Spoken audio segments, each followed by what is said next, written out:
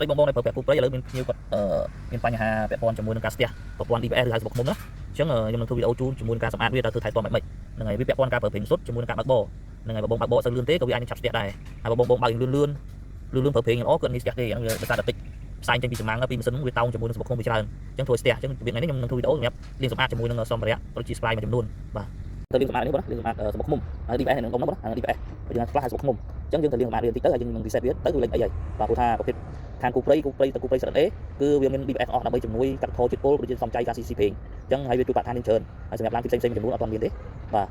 ព្រោះតែប្រើហ្នឹងវាឆាប់ស្ទះប៉ុន្តែគុណសម្បត្តិរបស់វាគឺជួយសំចៃសាំងហេងជាមួយនឹងការជួយបាត់ឋានច្រើនបាទនៅបៃរ៉ុបគឺបើទៅឡានសុទ្ធអត់មានប្រើនេះគឺឲ្យប្រើអត់ឲ្យប្រើប្រាំងក្នុងប្រទេសគេទេអញ្ចឹងបងដោយសារវាជួយកាត់ថយជាតិពុលក្នុងបរិយាកាសច្រើនបាទ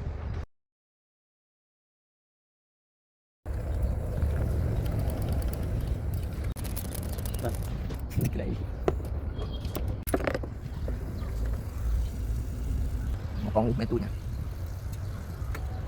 ចេះតែខ្លាំងឃើញបាញ់ក្នុងនេះតិចបាញ់ខ្លាំង